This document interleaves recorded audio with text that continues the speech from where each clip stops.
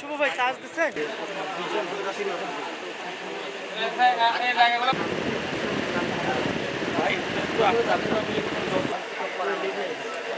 ভাই যে কোনোটাতে এমনি আপনার রেকর্ড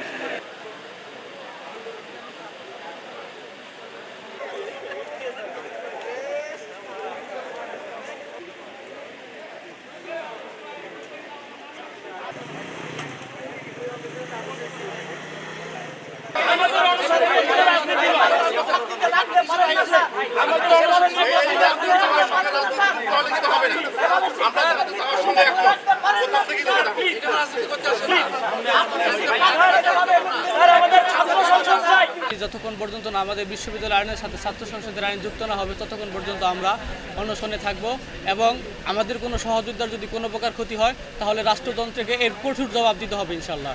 আমরা যে কোনো কঠোর থেকে কঠোরতর কর্মসূচির জন্য প্রস্তুত আছি এবং আমাদের বিশ্ববিদ্যালয়ের শিক্ষার্থীরাও আমাদের সাথে আমাদের এই আন্দোলনে যুক্ত হবে ইনশাআল্লাহ। খুবই শক্ত আছি, আমরা আমাদের আমরণ অনশন চালিয়ে যাব ইনশাল্লাহ।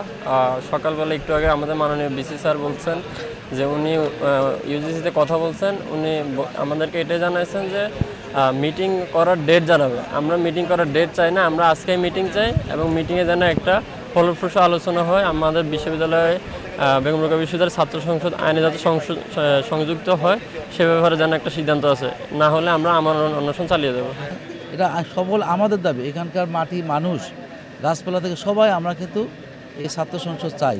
ছাত্র সংসদের বিরুদ্ধে আমরা যদি বিজেপি ছাত্র রাজনীতি সংসদ থেকে সিন্ডিকেট থেকেই বন্ধ রাখছি, তার পাশাপাশি এটাও আমরা ঘোষণা করছি যে এটা আমরা আমাদের ছাত্র সংসদ হল সংসদ চাই। যেহেতু আমাদের গঠনতন্ত্র নাই, এই গঠনতন্ত্রটা এটাকে ইনক্লুড করার জন্য আমরা কিন্তু সকল প্রসেসটা আমাদের বিশ্ববিদ্যালয় থেকে আমরা করে পাঠিয়ে দিছি।